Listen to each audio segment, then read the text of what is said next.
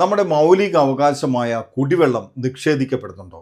എങ്കിൽ ഈ ഒരു വാർത്ത കേട്ടോളൂ.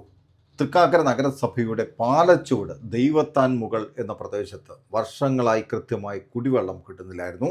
അവർ മുട്ടാത്ത വഴികളില്ല. ജനപ്രതിനിധികൾ, തദ്ദേശ സ്വയംഭരണ സ്ഥാപനങ്ങൾ, വാട്ടർ അതോറിറ്റി തുടങ്ങി എല്ലാ വാതിലുകളും മുട്ടി. പക്ഷേ ആരും കണ്ണു തുറന്നില്ല. ആ പ്രദേശത്തുള്ള ആളുകൾ ജോസേട്ടൻ എന്നൊരാളുടെ വീട്ടുമുറ്റത്ത് ഒന്നിച്ചുകൂടി ഹൈക്കോടതിയെ സമീപിക്കാൻ തീരുമാനിച്ചു. അങ്ങനെ അഡ്വക്കേറ്റ് ഷാനവാസ് കാട്ടകത്ത് വഴി ഹൈക്കോടതിയെ സമീപിച്ചു. ഈ പ്രദേശത്ത് മൗലിക അവകാശമായ കുടിവെള്ളം എത്രയും പെട്ടെന്ന് എത്തിക്കാൻ ഹൈക്കോടതിയുടെ ഉത്തരവ്. ഉടനെത്തി ഇവിടെ കുടിവെള്ളം. ഈ കുടിവെള്ളത്തിനായിട്ട് ബുദ്ധിമുട്ടി എല്ലാ വാതിലുകളും എന്ന് തന്നെ പറയാം മുട്ടി നടന്നു. ഒരിടത്തുനിന്നും ഒരു സഹായവും ഞങ്ങൾക്കായി എത്തിയില്ല. സാധാരണക്കാരനായ ഒരു ഇന്ത്യൻ പൗരൻ്റെ അവകാശമാണ് കുടിവെള്ളം കിട്ടുക എന്നുള്ളത്. അത് തികച്ചും മൗലിക അവകാശമാണ്. അപ്പോൾ ഉദ്യോഗസ്ഥന്മാരുടെ ഭാഗത്ത് നിന്നിങ്ങനെ ഒരു വീഴ്ച കണ്ടപ്പോൾ ഭരണഘടനാപരമായിട്ടുള്ള ഒരു അവകാശം നിഷേധിക്കപ്പെട്ടതായിട്ടാണ് മനസ്സിലായത്. മറ്റു പല നിയമപരമായ വേദികളിലും ഇതെത്തിക്കാൻ കഴിഞ്ഞാൽ കാലതാമസങ്ങൾ വരും. അതേ സ്ഥാനത്ത് ഭരണഘടനാ ലംഘനം എന്നുള്ള ആ ഒരൊറ്റ കാര്യം ഹൈക്കോടതിയിൽ മാത്രമേ നിലനിൽക്കുള്ളൂ. അതുകൊണ്ട് വെറും ഒരു 3 മാസത്തിനുള്ളിൽ തന്നെ ഇടക്കാല ഉത്തരവ് അനുസരിച്ചിട്ട് കുടിവെള്ളം കൊടുക്കാൻ അതിനുള്ള ഒരു നടപടി നിയമപരമായിട്ട് എടുക്കാൻ കഴിഞ്ഞു എന്നുള്ളതിൽ വളരെ സന്തോഷം. വർഷങ്ങളായുള്ള ഇവരുടെ ആവശ്യം ഹൈക്കോടതി മുഖേന ഉത്തരവ് വാങ്ങി ആ പ്രദേശത്ത് കുടിവെള്ളം എത്തിച്ച അഡ്വക്കേറ്റ് ഷാനവാസ് കാട്ടകത്തിന് ഒരു ഗംഭീര സ്വീകരണം നൽകി ഈ പ്രദേശത്തെ നിവാസികൾ.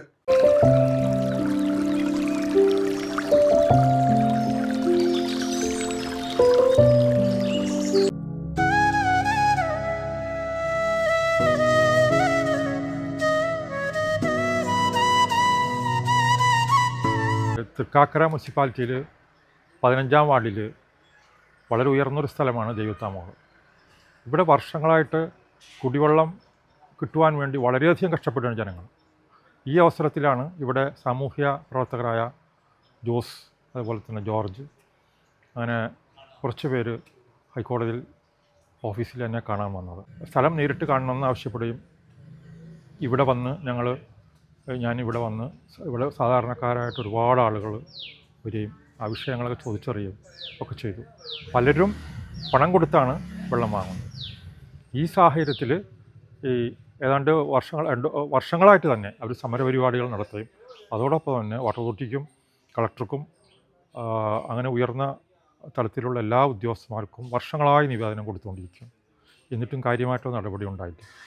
ഈ സാഹചര്യത്തിലാണ് ഹൈക്കോടതിനെ സമീപിക്കാൻ പറഞ്ഞ് എന്നോട് ആവശ്യപ്പെട്ടത്. ഹൈക്കോടതി ഡിവിഷൻ ബെഞ്ച് അതിലാദ്യത്തെ ഒരു ഓർഡർ പുറപ്പെടുവിച്ചത് ടാങ്കർ ലോറി വഴിയോ വാട്ടർ അതോറിറ്റിയുടെ പൈപ്പ് വഴിയോ ആഴ്ചയിൽ ഒന്നരാടം വിട്ട് വെള്ളം കൊടുക്കാനാണ് ആദ്യത്തെ ഇടക്കാല ഉത്തരവ് പുറപ്പെടുവിച്ചത്. ആ ഉത്തരവിൻ്റെ അടിസ്ഥാനത്തിൽ തൃക്കാക്കര മുനിസിപ്പാലിറ്റി ഈ ടാങ്കർ ലോറിയിൽ വെള്ളം എത്തിക്കുകയും അതോടൊപ്പം തന്നെ വാട്ടർ അതോറിറ്റി ഇവിടെയുള്ള ചെറിയ റോഡുകളാണ്, ആ റോഡുകളിൽ പൈപ്പിട്ട് വെള്ളം കൊടുക്കാനുള്ള ശ്രമം നടത്തുകയും ചെയ്തു. പ്രധാനപ്പെട്ടൊരു കാര്യം എന്തെന്ന് വെച്ച് കഴിഞ്ഞാൽ രാത്രി കാലങ്ങളിൽ പോലും ഹൈക്കോടതി ഉത്തരവുണ്ടായതുകൊണ്ട് എഞ്ചിനീയർമാർ നോക്കി നിൽക്കെ ഇവിടെ അവർ നല്ല രീതിയിൽ വർക്ക് നടത്തി പൈപ്പിട്ടു.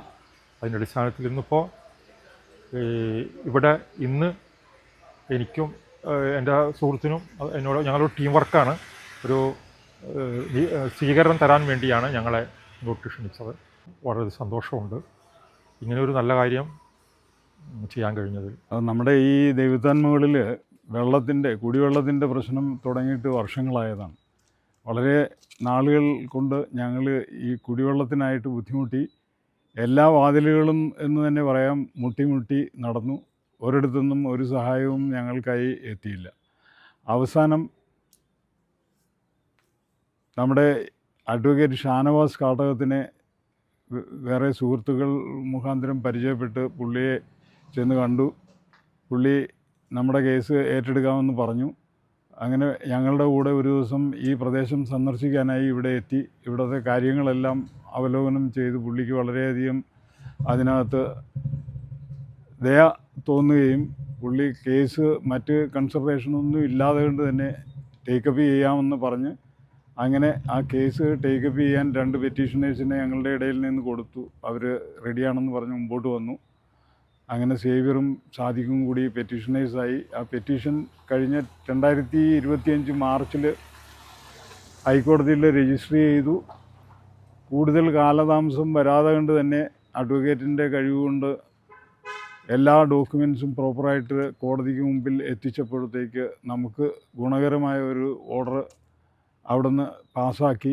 ആ ഓർഡർ നമുക്ക് ലഭ്യമാക്കി. അങ്ങനെയാണ് ഇവിടുത്തെ കുടിവെള്ളത്തിൻ്റെ പ്രശ്നങ്ങൾക്ക് ഒരു ഏകദേശ പരിഹാരം എന്ന നിലയിൽ ഇപ്പോൾ നേരത്തെ 4 ദിവസത്തിൽ ഒരു സപ്ലൈ ഉണ്ടായിരുന്നത് അതും പല പ്രാവശ്യമായിട്ട് ഇടയ്ക്കിടയ്ക്ക് മുടങ്ങിപ്പോകുന്നുണ്ടായിരുന്നു.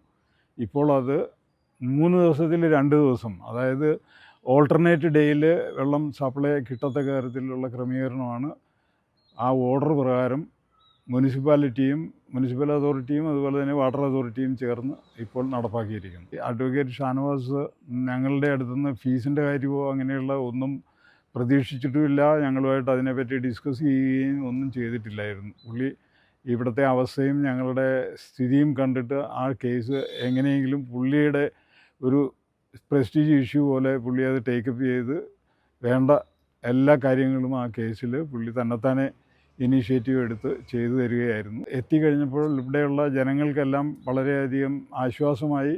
അവരുടെ ബുദ്ധിമുട്ടുകൾക്ക് വളരെയധികം കുറവുണ്ടായി. എല്ലാവരും വളരെ അധികം സന്തോഷിച്ചു. അപ്പോൾ ആ സന്തോഷത്തിൽ ഈ വക്കീൽ നമുക്ക് സഹായം ചെയ്ത വക്കീലിനെ വിളിച്ചൊന്ന് ആദരിക്കണമെന്നും അവർ ആഗ്രഹം പ്രകടിപ്പിച്ചതനുസരിച്ച് ഞങ്ങൾ ആ വക്കീലിനെ ഇവിടെ വിളിച്ചു. പുള്ളിയുടെ ടീമുമായിട്ട് ഇവിടെ എത്തി ഞങ്ങളുടെ ആദരം ഏറ്റുവാങ്ങുകയും പുള്ളി ഞങ്ങൾക്ക് ചെയ്തു തന്ന എല്ലാ സഹായങ്ങൾക്കും സർവീസസിനും ഞങ്ങൾ പ്രത്യേകം നന്ദി രേഖപ്പെടുത്തുകയും ചെയ്തു.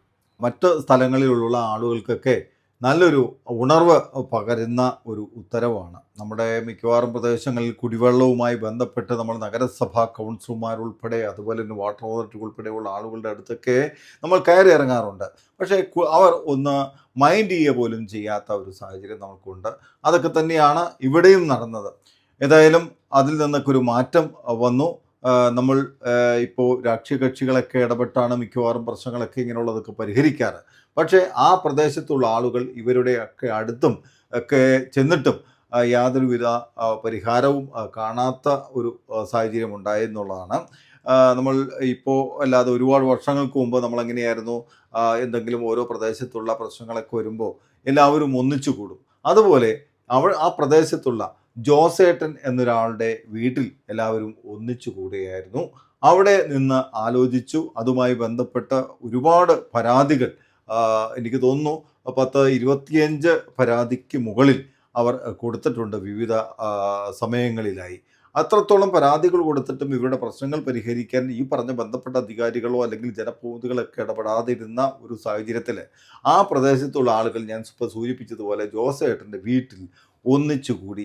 ഇതുപോലെ വേണം നമ്മൾ ഇതുപോലെ ഓരോ പ്രദേശങ്ങളിലും ഉണ്ടാകുന്ന ഇതുപോലെയുള്ള പ്രശ്നങ്ങളിലൊക്കെ മറ്റുള്ള ബന്ധപ്പെട്ട അധികാരികളുടെ ഭാഗത്തു നിന്നൊക്കെ ഇടപെടലില്ലാതിരിക്കുമ്പോൾ അല്ലെങ്കിൽ നമ്മൾക്ക് വേണ്ടി സംസാരിക്കേണ്ട ജനപ്രതിനിധികൾ പ്രതികരിക്കാതിരിക്കുമ്പോൾ നമ്മൾക്ക് ഇതുപോലെ ചെയ്യാം. നമ്മുടെ ആ പ്രദേശത്ത് ഏതെങ്കിലും ഒരു പ്രദേശത്ത് ഇതുപോലുള്ള ഇഷ്യൂ ഉള്ള സ്ഥലങ്ങളിലൊക്കെ ആ പ്രദേശത്തുള്ള ആളുകൾ രാഷ്ട്രീയ കക്ഷികളോ മറ്റുള്ള ഒന്നും നോക്കാതെ തന്നെ ഒന്നിച്ച് വർഷങ്ങൾക്ക് മുമ്പ് നമ്മൾ ഇതുപോലെ ഓരോ പ്രദേശങ്ങളിലും ഇതുപോലെയുള്ള പ്രശ്നങ്ങളൊക്കെ ഒന്നിച്ചിരുന്ന് സംസാരിക്കാറുണ്ട്. അതുപോലെ ഏതെങ്കിലും ഒരു മുറ്റത്ത് ഒന്നിച്ചുകൂടി ഇതുപോലെയുള്ള പ്രശ്നങ്ങളിലൊക്കെ ഇടപെടാൻ നമ്മൾക്ക് ഒന്നിച്ചു നിന്നാൽ ഹൈക്കോടതിയെ, നമ്മുടെ നീതിപീഠം നമ്മൾ കൈവിടില്ല. ഏതായാലും ഭരണഘടനാപരമായിട്ടുള്ള നമ്മുടെ അവകാശമാണ്, മൗലിക അവകാശമാണ് കുടിവെള്ളം. അത് നമുക്ക് തന്നേ പറ്റൂ. ഏതായാലും നമ്മുടെ അഡ്വക്കേറ്റ് ഷാനവാസ് കാട്ടകത്ത് വഴി നല്ലൊരു ഉത്തരവ് നമ്മൾ ആ പ്രദേശത്തുള്ള ആളുകൾക്ക്, പ്രത്യേകിച്ച് കുടിവെള്ളമാണല്ലോ ഞാൻ സൂചിപ്പിച്ചല്ലോ, ആ കുടിവെള്ളം കിട്ടുന്നതിന് ഇതുപോലുള്ള പല പ്രശ്നങ്ങളും ഉണ്ടാവും. അപ്പോൾ അങ്ങനെയുള്ള പ്രശ്നങ്ങളൊക്കെ ആ പ്രദേശത്തുള്ള ആളുകളൊക്കെ ഒന്നിച്ചു കൂടി നിയമപരമായി നീതിപീഠത്തെ സമീപിച്ചാൽ ഇതുപോലെയുള്ള ഉത്തരവുകൾ ജനങ്ങൾക്ക് കിട്ടേണ്ട സേവനം കിട്ടാതെ വരുമ്പോൾ നമ്മുടെ നീതിപീഠത്തെ സമീപിക്കുക. ഏതായാലും ഇത് നല്ലൊരു അറിവാണ്. ഇനിയും ഇതുപോലുള്ള പ്രശ്നങ്ങൾ ഉണ്ടാകുമ്പോൾ ഞാനിപ്പോൾ സൂചിപ്പിച്ചതുപോലുള്ള ഇടപെടലുകൾ ഉണ്ടാകണം. ഞാൻ പ്രദീപ്, ന്യൂ ഇന്ത്യ, നന്മ 24 ന്യൂസ്.